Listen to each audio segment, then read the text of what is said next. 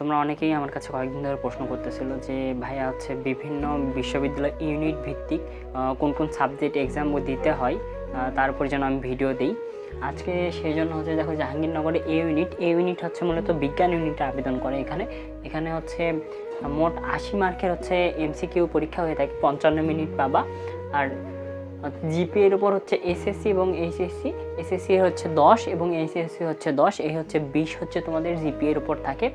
আর এখানে পদার্থ, রসায়ন, গণিত, বাংলা, ইংরেজি আইসিটি এই হচ্ছে সবগুলাই অ্যান্সার করতে হবে তোমাকে।